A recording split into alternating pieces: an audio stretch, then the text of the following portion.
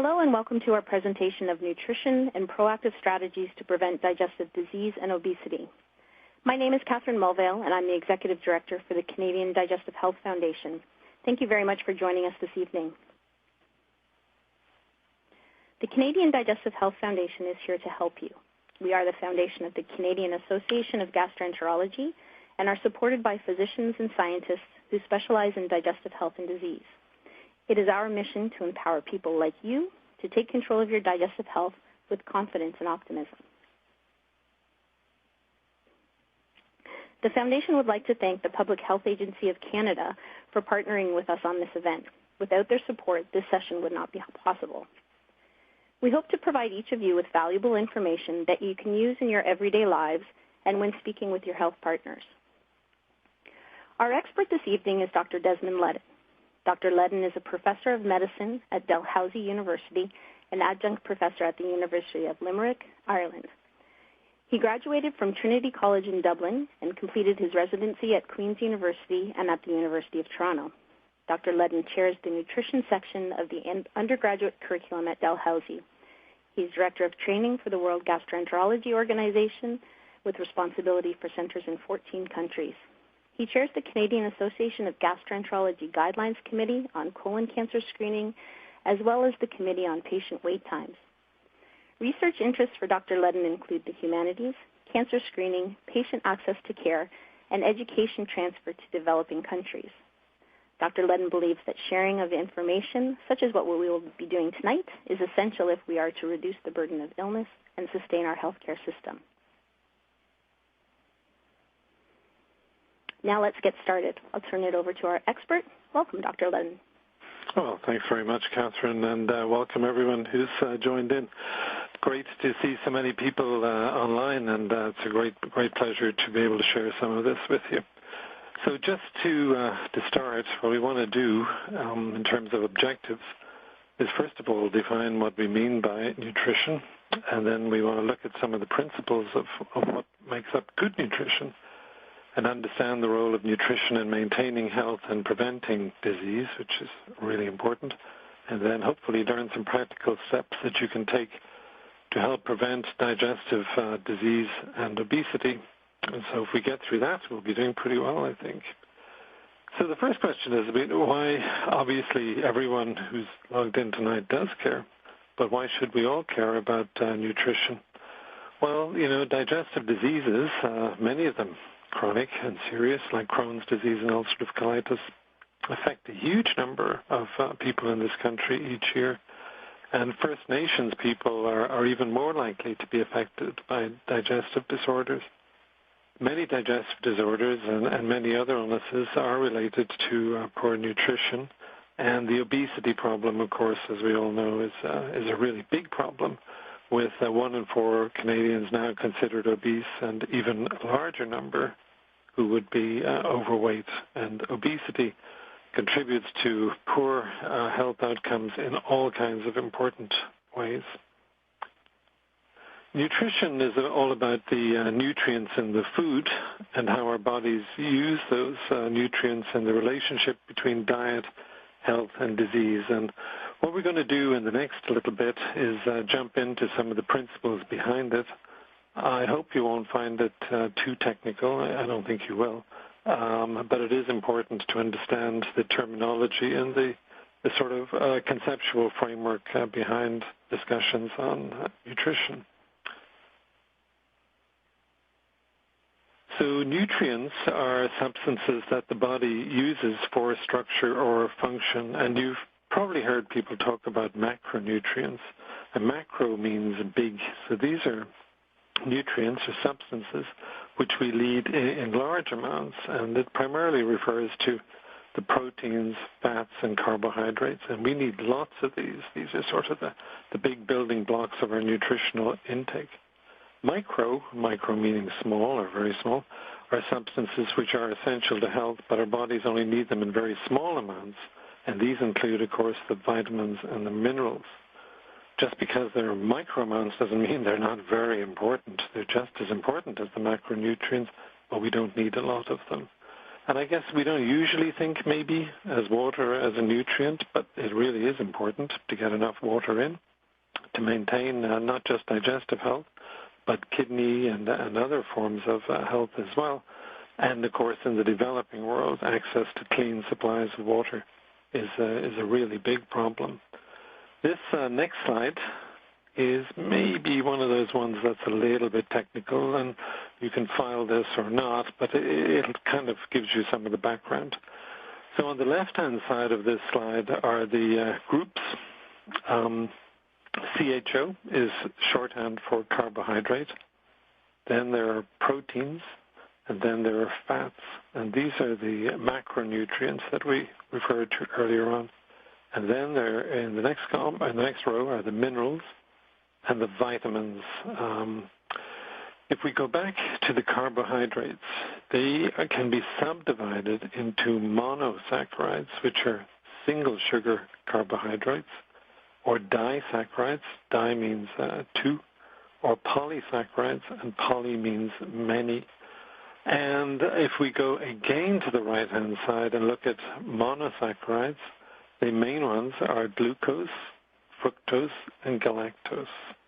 And you think, gosh, do I really need to know it on this kind of detail that there are monosaccharides and there are three types of them? Well, you kind of do, because things like fructose intolerance are increasingly a problem and probably an important contribution to irritable bowel type symptoms. Similarly, the disaccharides, the two sugars, the three ones are sucrose, maltose, and lactose. And I'm sure that many of you are on the seminar tonight are lactose intolerant. And if you're not able to digest lactose, you get bloating and cramps and diarrhea and tummy upset when you drink milk or milk products. So lactose is really important. Disaccharide, fructose is a really important monosaccharide in terms of causing GI symptoms. And then we have the polysaccharides, and that just means there are lots of individual constituent sugars, and these are broken down into starch and fiber. And deficiencies in fiber intake are a leading cause of GI problems. We'll go over that in a little bit more detail later on, but that's been linked to the development of chronic constipation and diverticular disease and even to colon cancer and some of those problems. The next group down are the proteins, which we can get from either plant or animals, and they give us these very important amino acids. The advantage of getting proteins from plants like soy is that they tend to be relatively low in saturated fats, and we'll touch on that one again as well. And then we have the fats, which can be either saturated. This saturation refers to the number of chemical bonds that they have, and they can be either completely bonded or have just one saturated or many unsaturated molecules, and they're broken down into their constituent fats. The minerals include iron and zinc and several others, and again, I'm sure that many of you have had problems with absorption of iron and iron deficiency. It's very common, especially in women. And, of course, calcium is linked to bone health and sodium to the development of kidney disease and high blood pressure. The vitamins come in two forms, either ones which are soluble in fat, and that's A, D, K, and E. A is linked to night vision, D to bone disease, K is the German word for coagulation, spelled with a K, and E is important for immune function and for brain function. And then the water-soluble vitamins are C and B, riboflavin, niacin, folate, B12, and B12 deficiency. Of these ones, B12 would probably be the most common deficiency that we would see. It's very common, especially in women who have trouble absorbing it. So that's sort of a very short overview of macro and micronutrients, and we hit on some of the more troublesome ones if you like. So how do nutrients affect us? Well, in health, of course, we need them for energy. We need them to power the engine to get us moving around. And we need them for growth when we're growing. We need them to maintain our bodies when we're in a steady state, and they're important for the prevention of disease. People who are malnourished, who are badly nourished or deficient in macro or micronutrients are more susceptible to illness and to certain forms of cancer and other disorders. In illness, nutrients are really important too, because sometimes nutrients, which are generally good for us, can be bad. So if you eat a diet that's very high in salt, for example, that has been linked to the development of high blood pressure. And the requirements for nutrient may change with illness and may need to be adjusted. So, for example, we see lots of people who have Crohn's disease or colitis, and with those conditions, sometimes adjustment to what would be a normal diet is important. Or people who are intolerant of gluten who will not be able to eat the normal wheats and types of cereals that we would normally do. And, of course, nutrient deficiency may be superimposed on illness. We often see people who become ill with something like ALS, amyotrophic lateral sclerosis, or one of these neurologic diseases, and they can't eat normally, and that can make the disease much worse. So illness and nutrition interact in all kinds of complicated ways, but maintaining good nutrition and illness is critically important. Now, every country tries to get the message out to the population about how to eat well and how to maintain health. And every country has it. The Americans, one is a pyramid, strangely enough. The British one is a plate, and our one, I guess appropriately, is a rainbow, which is just great. And this slide shows Canada's food guide. And what they're saying is there are 4 basic food groups. Some countries have more than 4, but you can pretty much group them into this. So the green part of the rainbow are vegetables and fruits. And then the yellow are the grains. The blue is milk and alternatives, which includes soy, yogurt, and cheese. And the red is the meat and alternatives. Some countries also put exercise in here, but our one mentions it in the text, but it's not on the front of the book. But we'll come back to exercise a little bit later on. So the message from this slide is that our normal human diet is made up of 4 main groups: vegetables and fruits, the grains, milks and alternatives, and its alternatives. And it's not a static thing. So children's needs for nutrition are different than those of women of childbearing age and of people as they get a little bit older. So for children, it's important to serve small, nutritious snacks, and it's important for all us adults to be good role models for healthy eating. Kids learn from us, and they model in our behavior. For women of childbearing age, one of the most important things is to make sure that you get folic acid in.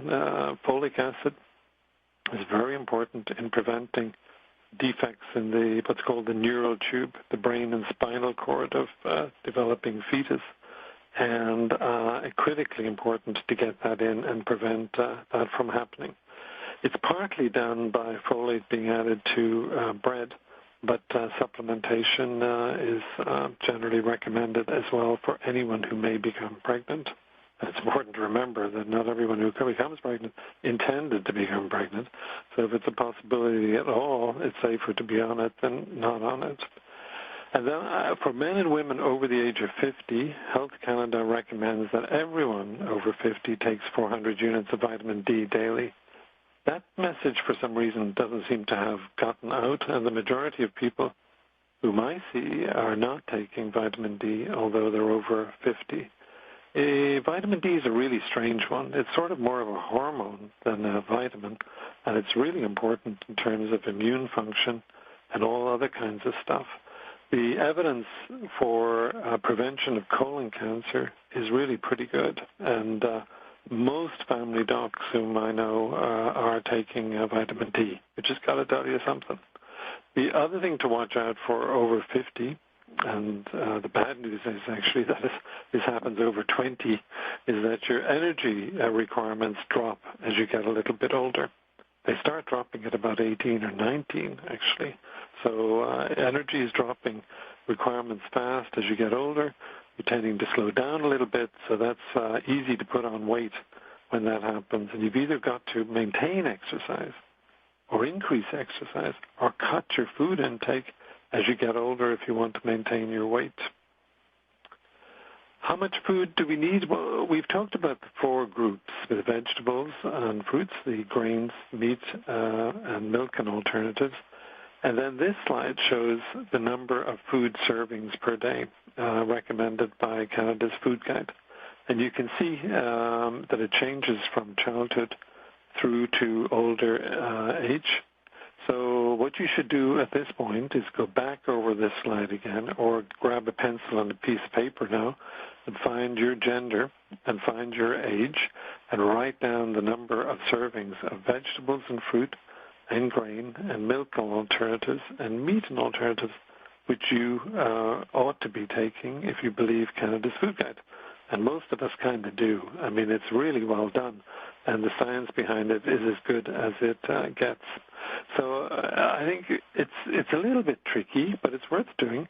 So come back to this slide or write it down now. Pick your age, pick your gender, write down the number of food servings which you should eat each day. And the question then is, well, all right, I kind of got that. This slide's a little bit small, so I'm going to go past it because we can cover what's shown in it again in a moment. So if you've got the number of servings that you should have each day based on your gender and on your age, the next question is, well, what the heck is a serving? And so the Food Guide has defined it. So one Food Guide serving of vegetables and fruit is 125 mils, or a half cup of fresh, frozen, or canned vegetable or fruit, or 100% juice, or 1 cup of leafy raw vegetables. So basically, you look at that, you look at how many you should be taking in, and compare the two of them. Oh, what I do when I'm teaching nutrition is I get our medical students to fill in a little diary for a day before they come to a nutrition lab, and invariably they are not meeting. They're not meeting requirements for vegetables, fruit, grains, and milk products, but they're overdoing it on the meat. So have a look at your own intake and see if it needs to be tweaked a little bit. One food serving of grain products is shown here: a slice of bread, or half a bagel, half a pita, half a tortilla, rice, cereal, and so on. And you can figure out how many what's the recommendation for you, and what you're actually taking, and how close the two are to each other. One Food Guide serving of meat and alternatives is shown here. I won't go through it in detail, but you can see it, and it includes eggs and peanut butter as well, which is a very high source of protein. So you don't have to eat meat all the time. You can eat cooked fish or shellfish or poultry or lean meat. And if you are going to eat meat, try and keep it lean, because you want to keep the fat down to control your caloric intake. As you'll see in a minute, fat has many more calories per gram than anything else. And here's the Food Guide serving of milk and alternatives. Basically a cup of milk, or 3/4 of a cup of yogurt, or 1.5 ounces of cheese would be equivalent to one Food Guide serving. One thing I think it is difficult. It's worth looking at the labels on the foods that you buy in the supermarket. Almost everything, if not everything, has a nutrition label on it, and it's worthwhile trying to learn how to read them. It is a little bit tricky. I mean, it's slightly technical, and sometimes you wonder just how clear it's supposed to be. At least I do, because you almost need to have a calculator, or at least be able to do math in your head to figure out. Because sometimes the calories and so on are given as the package is given as a number of servings, and you have to divide by 4 or 2 or 3 or something in order to work it out. So it's a little bit tricky. But most of us eat the same foods over and over, and it's worthwhile going through it once or twice and just figuring out what works for you. We should talk about calories because we're going to move on to energy and obesity in a minute, which is basically a calorie imbalance, And the calories are a weird kind of measurement, and it's shown here. Basically what you do is take a food and put it in that little brown chamber over there in an oxygen environment and burn it using electricity. Then you measure the change in the temperature of the water around that burning chamber, and that gives you the number of calories, the amount of heat generated by burning that food. And that's where it comes from. So calorie is really a heat, it's a measure of heat liberated when a food is burnt in oxygen. Kind of weird, really, but that's the measure we've got. And how do we translate that into what we're eating and into exercise? Well, the first important point is that different foods have different caloric or energy values, and carbohydrate and protein are the same. So every gram of carbohydrate or protein that you eat gives you an energy of about 4 kilocalories. 4 kilocalories per gram. Fat, on the other hand, is much higher. As you can see, it's 9 kilocalories per gram, so it's over twice as dense energy-wise as carbohydrate and protein. And that's why if you're watching your weight or you want to prevent obesity, then you really want to switch to a diet that's lower in fat and higher in protein and perhaps in carbohydrate than fat, because fat is twice as energy dense as protein or carbohydrate. If you eat 200 grams of something which is very fatty, you're going to get a lot more kilocalories than eating something which is low fat. And most of us would prefer to forget that alcohol has calories, but it does, and it's about 7 kilocalories per gram. So it's intermediate between carbohydrate and fat. And 7 kilocalories per gram is actually the same energy as gasoline, which is kind of scary, which is why you can run your car, I suppose, on methanol or one of the synthetic fuels. So alcohol is about the same energy as gas and 7 kilocalories per gram. So if you are in the habit of drinking a couple of glasses of wine a night, you might want to look at how many calories are in that and do the math, because it may be adding up to something significant. We use the energy for several things, but one of the most important ones is we need it to run the machinery. So if you were lying down in a dark room and you did nothing for 24 hours, you're still going to consume a lot of energy, and it's energy required to keep your heart beating and blood flowing and your brain thinking and your kidneys working and all of that rebuilding and stuff that goes on during the day. All of that requires energy, and it's called the basal metabolic rate, and it accounts for about 2/3 to 3/4 of all of the energy that we need. It's a really important concept, because if your basal metabolic rate speeds up, you'll burn a lot more energy. But if it slows down, you're going to burn less, and you'll accumulate more, and you may become obese.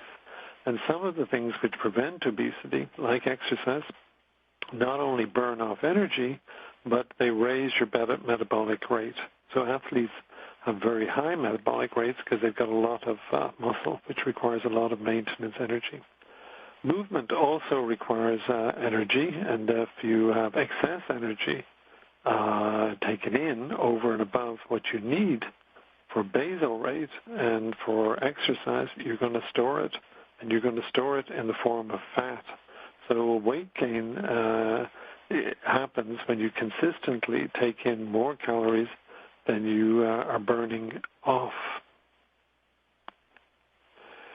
The recommendations for adults are that we should get about 150 minutes of vigorous exercise per week, and ideally that's exercise to the point of where you're breaking a sweat, not just a gentle stroll. And children need a lot more. They need about 60 minutes per day. And we know that people who are physically active live longer, healthier lives, are more productive and less likely to become ill or injured. And there's plenty of information on this, and we've got one reference in there which you can have a look at. But exercise is a very important part of nutrition in the sense that it balances out your energy requirements and your energy expenditure. We're incredibly efficient energy machines. At rest, if you were doing nothing, the average male needs about 1 kilocalorie per kilogram per hour. So let's say that an average male was 80 kilos. That person would burn 80 kilocalories per hour just by doing nothing. Really, that's that basal metabolic rate thing again. And for women, it's a little bit less, significantly less, really, about 10% less. And that's because women have different metabolic rates. They've got different muscle mass, different energy requirements, and need less energy. We are very efficient. Jogging on average burns around 7 kilocalories per kilogram per hour. So let's say you had a 70 kilogram woman went for a run. She would burn 7 times 70 kilos, or 490, about 490 kilocalories. But when you consider that an ordinary cookie is equivalent to about 7 kilocalories, we are very efficient. I mean, one biscuit, and you can run for 10 minutes with and be revenue or energy neutral. It's pretty amazing, really, how good we are at taking energy up and being able to use it.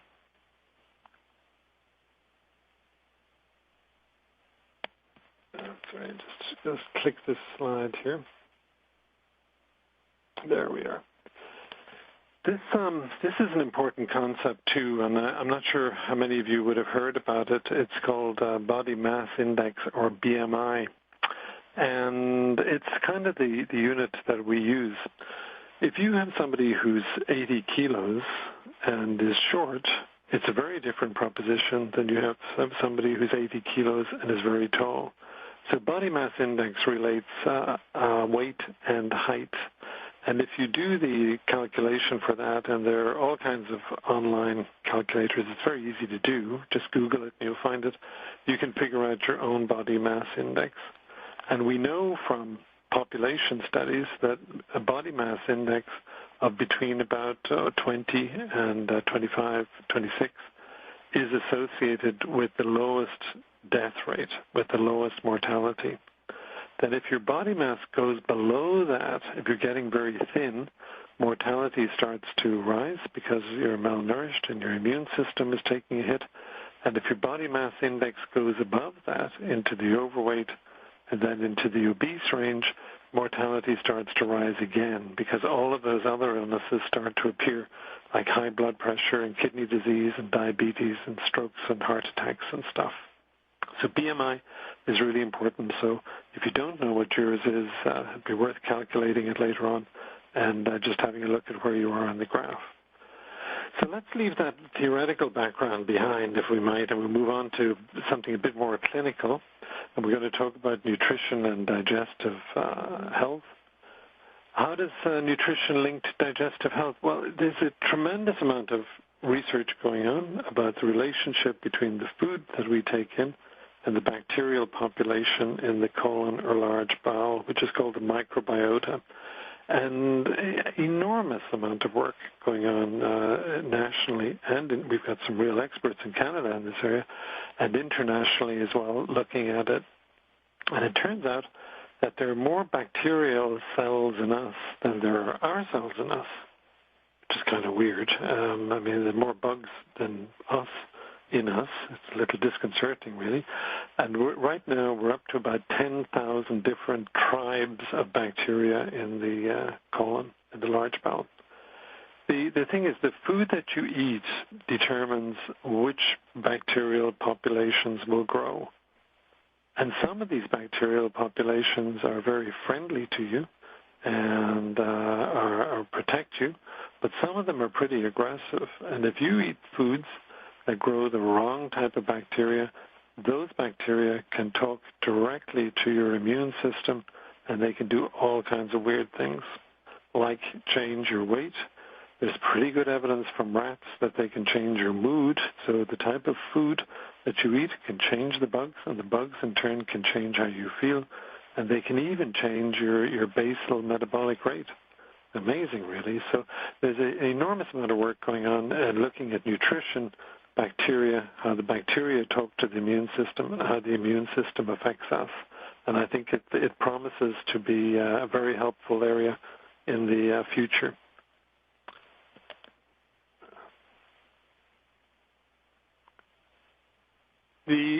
One of the most common conditions affecting people, especially women, it'd be about 9 women to every male whom we'd see with irritable bowel syndrome, is this one, IBS, and it can be really miserable. It presents with constipation and diarrhea or bloating. There's pretty good evidence that fructose intolerance is important, and fructose is the sugar found in fruits and in wheats as well. And lots of people are intolerant to that stuff. Lactose intolerant is also a major issue, and that's the sugar found in dairy products. So if you want to know more about this, just Google or look up in Wikipedia things called FODMAPs. That's FODMAPS, and you'll find a ton of information about foods and the relationship to irritable bowel syndrome. You could also look up fructans, and fructans, that's FRUCTANS. You'll find a lot of information on that as well. Diverticular disease is very common, and we're going to talk about that a little bit more, as is colon cancer, inflammatory bowel disease, and obesity. So with regard to IBS, 5 million Canadians are suffering with this. It's life-altering, but it's not life-threatening, fortunately. But it can be really miserable. And it varies from being fairly mild to being virtually incapacitating. It presents with this gas, bloating, cramps, mucus, irregular bowel patterns, and it's sometimes linked to its evil cousins of heartburn, nausea, upper abdominal bloating, or even chest pain. The group at McMaster has looked at the relationship between a previous infection, especially after the Walkerton infections and the development of irritable bowel syndrome, and it can also come on after antibiotic use, sometimes with a change in diet or surgery, or a stressful event can precipitate it as well. Diverticular disease, this is a little picture of the bowel here, and you can look at the colon, the left side of it, you can see these pockets, and they're like little bubble wrap that people use to wrap their china when they're sending it in the post or something. Just like that, and food and stuff can become trapped in those pockets, then it can get inflamed, and it can really hurt. And this condition is very common in Canada, but is essentially unknown in Africa, where people eat a much higher fiber diet. So that comes back to that Canada Food Guide recommendation of making sure that you get enough fiber and cereals in to prevent this from occurring. Colon cancer is a real problem. Canada has a very high incidence of it, and colon cancer is one of the big 3 cancers. In women, the most common cancer is breast, and then lung, and the third one is colon cancer. And in men, it's prostate, lung, and colon cancer.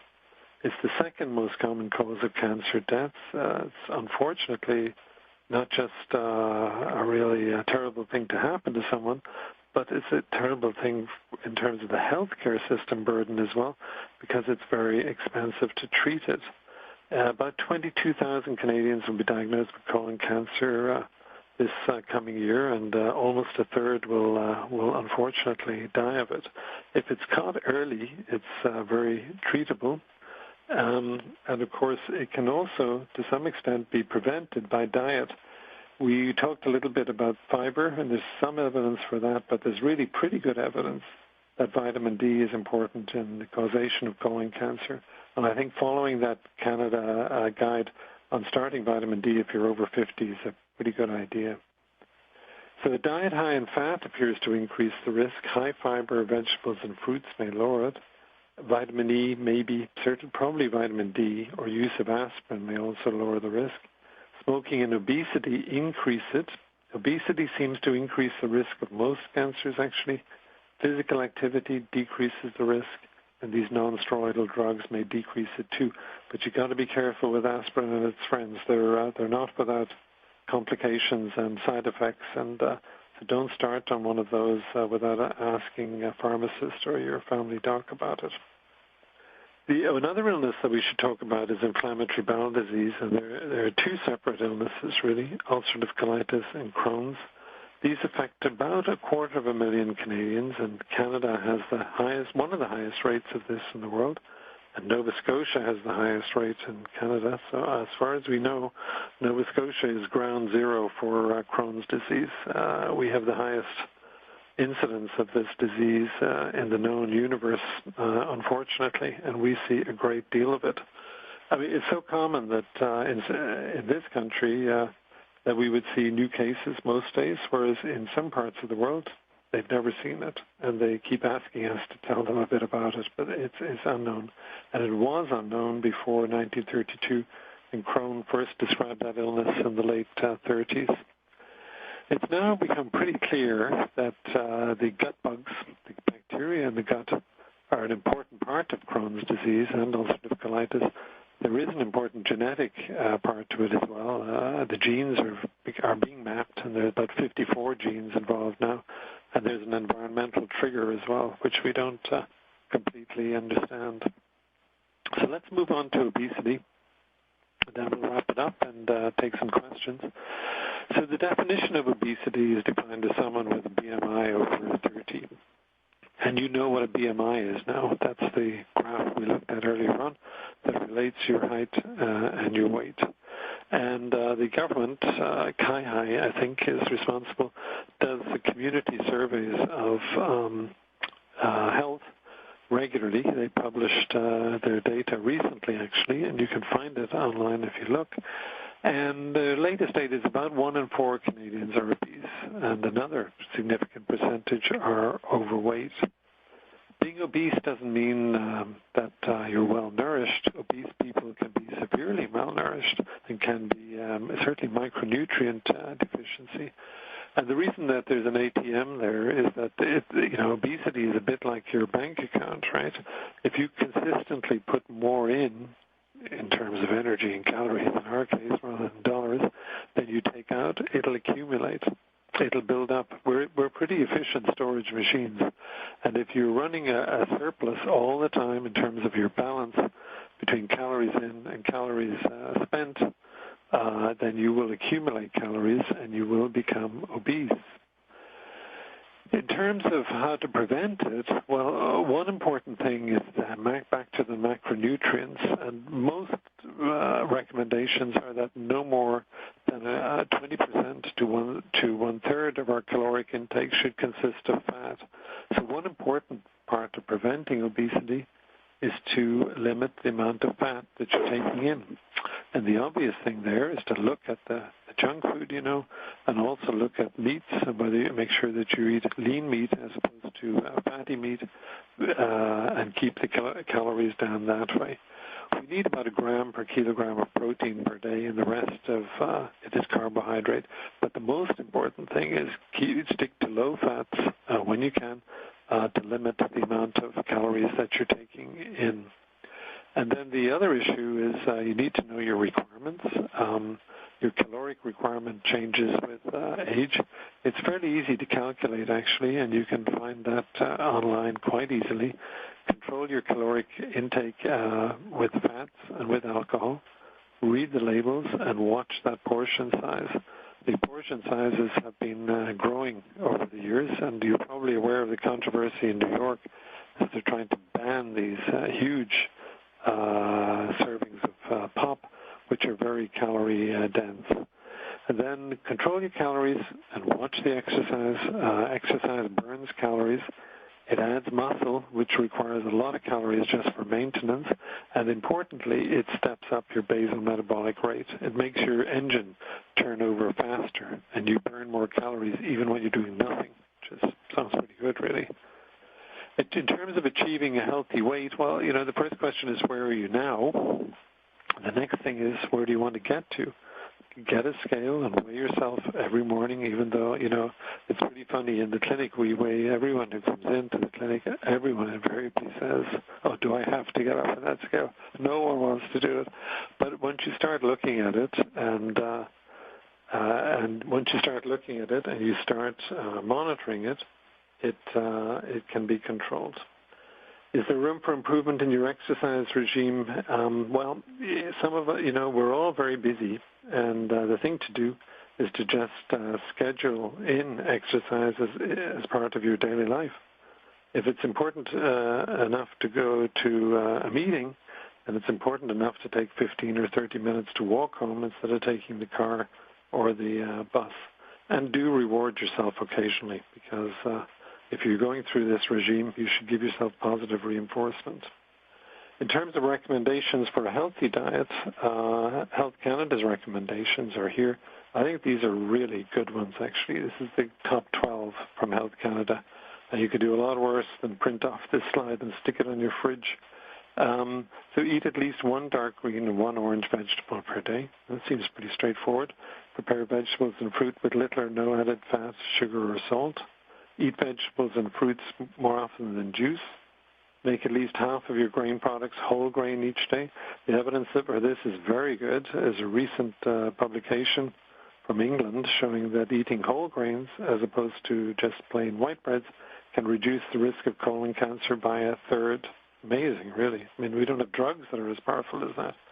Choose foods that are lower in fat, sugar, or salt. Drink skim, 1% or 2% milk each day, and select lower fat milk alternatives. Have meat alternatives such as beans, lentils, and tofu often, even if the kids are kind of object to it. They'll get used to it, and it actually tastes really good anyway. Eat at least 2 servings of fish each week. Select lean meat and alternatives prepared with little or no added fat or salt. Enjoy a variety of foods. No one can figure out why the French are so healthy, but one of their characteristics is that they eat a much greater variety of foods than we do. And then the other one is satisfy your thirst with water rather than sugary drinks. So in terms of summing it up, I want to bring this to a close because we want to address some of your questions, I hope. We've defined nutrition. I think you're as good as Med 1 on that one. I hope you now understand the role of nutrition in maintaining digestive health and preventing digestive disease and obesity. We know how nutrition and obesity impact digestive health and disease, and you've seen some examples of that. Diverticular disease and colon cancer and inflammatory bowel disease, and I hope you've learned some practical steps you can take to prevent digestive disease and obesity. So with that, I think I hand it back to you, Catherine, and we'll hopefully address some questions and maybe get some answers. Absolutely. That was wonderful, Dr. Ludden. Thank you very much. Several times we've referred to Canada's Health Guide, and the audience won't be able to print off the slides for about 2 weeks. We'll actually have the whole presentation up on our website within a couple of weeks. But if you're looking to get a copy of Canada's Food Guide, you can actually go and get a PDF of it from their website, which is www.hc-sc.gc.ca. So that it's the acronym really for www.healthcanada-santécanadienne.governmentofcanada.ca. Well, thanks, Catherine. Yeah, I agree. And I mean, I think it's a great guide. I mean, I use it over in Europe, and it's very clear. It's very well written. I mean, with everything in nutrition, people will argue about whether that's the right recommendation or the wrong recommendation because it's very complex, but this guide is very good. The other thing that's lovely about it is that it recognizes that we're a multicultural society, and it has recommendations based on different ethnic groups as well. My favorite was the recommendation about the number of ptarmigan eggs, I think it was, to eat if you're living in the Arctic, which is not an experience I've had yet. Okay, that's great. So one of the questions that we have here is, I have a bloated feeling every time after I eat, almost anything. What can I do to prevent that? Yeah, I mean, bloating is one of the most common symptoms that we would see. There are potentially a lot of different causes for it, and you definitely talk to your family doc, and who may want to send you along to see a GI doc. But let's assume that there's nothing really bad going on, because, I mean, there can be really bad things. It can mean bowel obstructions and tumors and things, but it generally doesn't. Let's assume that it's food related. The commonest reasons that we would see would be either intolerance of the dairy products, particularly lactose, or intolerance of the fructans, these fructose sugars. The dairy product one, if you're intolerant of lactose, we have an enzyme on the lining of the intestine which normally digests it. And if you don't have enough of the enzyme and you're taking in milk or cheese or ice cream or chocolate, your body can't digest it. It moves down through the small intestine instead of being digested. And when it reaches the colon, the large bowel, which is full of bacteria, the bugs think that, Christmas has arrived, and they digest this thing and produce gas and bloating and discomfort, sometimes with diarrhea. So a trial of coming off lactose would be a good idea, of milk products and its cousins. If that doesn't work, it's worth having a look at the fructans that we talked about earlier on. And they've become sort of the new lactose. Sometimes people are encouraged to eat very healthy diets because they were full of fruits and vegetables, but you can overdo it a bit. And if you do, it'll produce this bloating as well. The food group that's most linked to it are these FODMAPs. That's FODMAPs. And for any of you who has this, just Google it and you'll find a lot of stuff on FODMAPs. That seems to be pretty legitimate, and the American Dietetic Association has come out with some recommendations around that recently. Okay, great. At the Foundation, we actually get a lot of questions about people who have had their gallbladders removed. So a couple of questions have come through, and one of them is there a relationship between having your gallbladder removed and stomach acid or lower intestinal disorders? Yep, it's a good question, and there is, for sure. The gallbladder is normally a storage. So the liver produces bile all the time, and we store it in this little gallbladder, which is about the size of, I don't know, when it's full anyway, about the size of a small apple, I guess. And then when you eat, that gallbladder contracts, and it empties the bile into the intestine. And the bile is really important for digestion of foods and for absorption of them. So if you take the gallbladder out, you don't have that chain anymore, and you don't have that storage, and the bile just sort of continually goes into the intestine. Most people, probably more than 90% who have their gallbladders out, don't have anything at all. But some people, the bile refluxes back into the stomach. It's not really acid so much, it feels like it though. You get this stomach irritation and nausea type feeling, particularly after eating. And that may be bile refluxing back into the stomach. And there's some medication that's effective for that. At the other end of the gut, because you have this constant trickle, the bile can go down into the lower bowel and produce a sort of chronic watery diarrhea with irritable bowel type symptoms.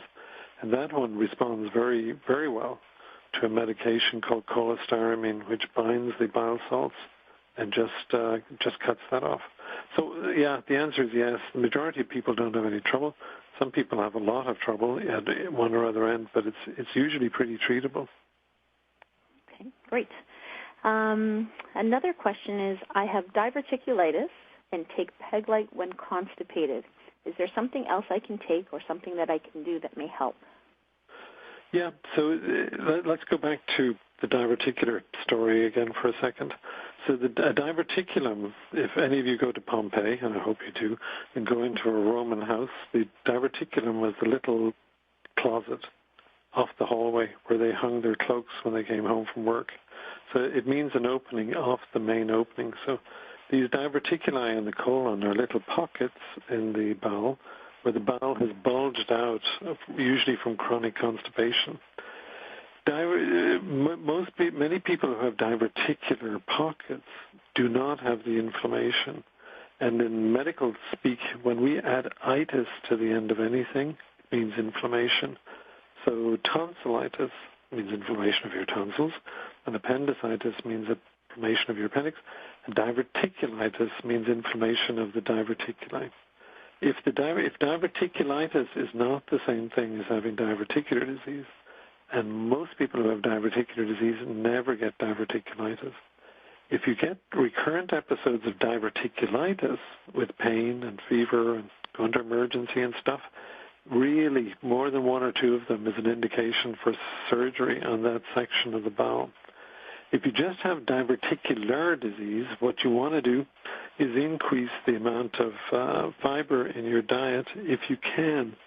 Some people aren't able to tolerate it, but if you can increase it, and particularly increase the amount of water so that you're increasing the size of that tube, the pressure in the pockets drops and the pain tends to get better. The problem is with fiber, if you take it, a lot of people can get bloating and cramps and discomfort.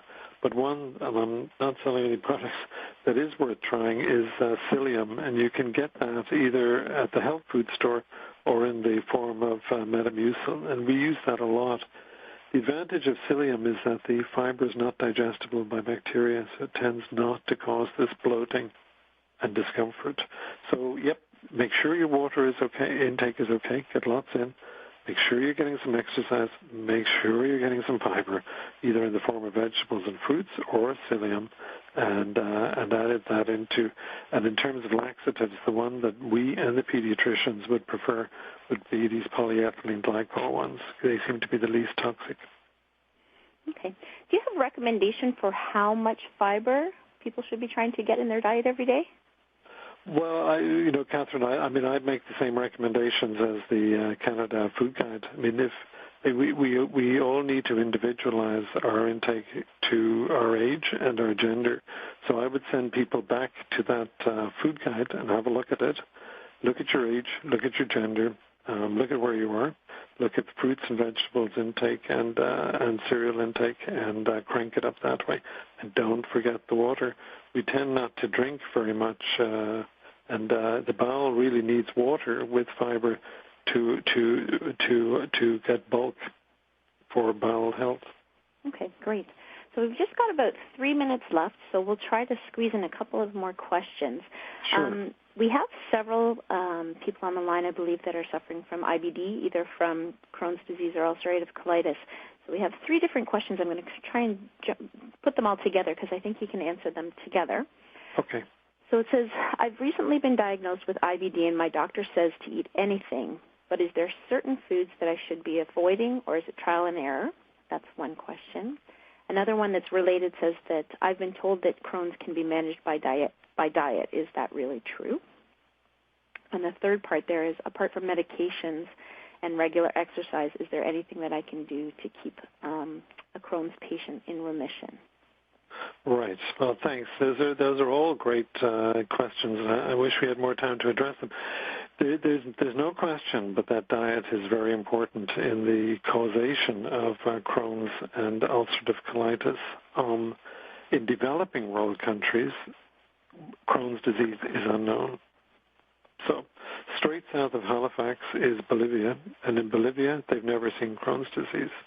But in the adjacent country, Brazil, as they start to get a little bit wealthier and eat a diet that resembles more Canada's diet, they start to see Crohn's. So diet's really important in causing it. The frustration, Catherine, for all of us is that once the darn thing develops, no one's really found a diet that's able to put it consistently into remission. So we follow nearly 2,000 people in the clinic. When we line them up and ask them, is there anything that bothers you? Most people, I'd say maybe 1,000 of the 2,000 would say yeah, and they'd identify something. The weird thing is it's never the same food, and that's what leads to the frustration and the confusion about it. I would say try, experiment, but it is so difficult because the disease has its own agenda and is varying anyway, so it's hard to link it to a specific food. But I have certainly seen people follow specific diets, particularly the low-carbohydrate diet, and they feel that it's been successful for them. I mean, I wish I could give more specific advice than that. The one thing I can offer is hope. There's a tremendous amount of work going on around diets and inflammatory bowel disease, and there's every prospect in the future that we will be prescribing specific diets customized and tailored for particular conditions like Crohn's and ulcerative colitis. And wonderful. It's always nice to know that there's hope. And just for the individual who's been newly diagnosed, I would just remind you that CDHF has a series of web seminars, much like the one that we're doing tonight, and there's one specifically on IBD. So you might want to go into the resource section and look under web seminars, and you'll get a session very much like this that is specifically focused on inflammatory bowel disease. So let's move on to the last question before we wrap up. And this is from an individual who suffers from GERD. They said that they've been told that they will have GERD for the rest of their life and that they will have to be taking proton pump inhibitors forever. So they're wondering, is there anything that they can do to help prevent episodes of heartburn? And is there any recipes or food guides that you could suggest that might help them out? Yeah, I mean, there are fairly specific recommendations around GERD. Most of the people whom I see with GERD tend to have the bad end of it. So I think these recommendations probably work better for people who have milder disease. And what's generally recommended is eat a diet that's higher in protein and carbohydrate and avoid the fats. The problem is fats paralyze your stomach. So if you eat a fatty meal at dinner or a fatty snack late at night, that food's going to sit there for hours and it has more opportunity to reflux up and cause GERD stands for gastroesophageal reflux disease. So that has more opportunity to reflux up and burn the lining of the stomach. So a low-fat, relatively high protein diet is what's recommended. The PPIs are difficult to get off once you're on them, and the thing to do is try halving the dose or try going to every second day and see if you get away with that. But be careful. If you've had actual ulcers in the esophagus, GERD, it is really difficult, especially if a hernia has developed, to get off the medication and control your symptoms. And you don't want to get into trouble with ulcers and scarring and all of that horribleness. Okay. So that's all the time that we have for this evening. So on behalf of the Canadian Digestive Health Foundation, I wanted to thank you, Dr. Ludden, for sharing your insights and your expertise. Well, my pleasure, Catherine. Thanks very much for asking me, and I hope it's been of some use to everyone. Indeed. And also, we'd like to thank the Public Health Agency of Canada for partnering with us. And, of course, we want to extend our very special thanks to you who have been on the line, who've joined us. We hope that the session has empowered you to better understand nutrition and how it can help you prevent digestive disease and obesity. And just as we sign off, you'll see a link to a short survey. And we ask that you please take a few minutes to let us know what you thought about our web seminar tonight and provide us with ideas for sessions you'd like to see presented in the future. We're really here for you, and we want to make sure that we're delivering information that is useful and needed by you. So thank you again very much, and this concludes our session. Thanks a lot. Take care, Catherine. Bye, everyone.